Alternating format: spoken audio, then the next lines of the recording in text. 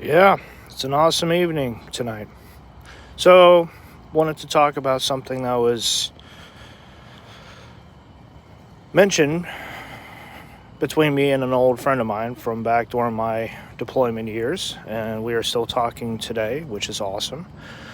Let's just say that this is something that hits everyone hard in a different way because either we see the hypocrisy or we see the need for accountability. In short,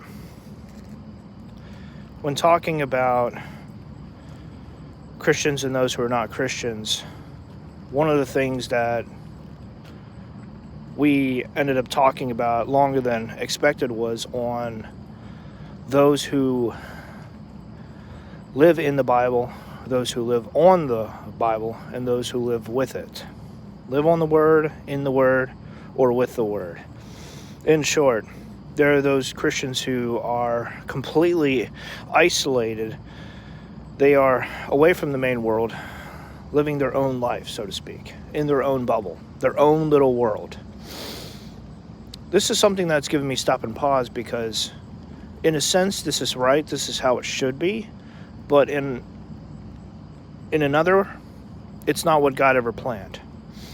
He didn't want us to live on our own, by ourselves, as a whole. Now, building your foundation on the Word, on the Bible, on the original sources in the Bible, this is equally important because this is how we grow with as straight as we can be without being too crooked, too off, or too inaccurate, relying on too much that is going to hurt us in the long run in one way or another. Wisdom and understanding is something that many Christians seek.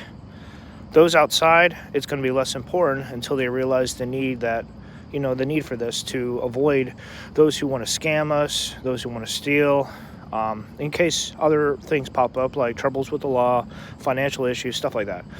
The last one is, when you're living with the Word, let's just say that it's there, but it's not exactly a part of your life. It could be tied to the fact that there was poor examples, hypocrites, people who used to say one thing and do another, failed parents maybe. Like, there's a lot that ties in with it, but, the Bible, and it was never a really big part of your life. There's a lot to think about here. Where do you stand?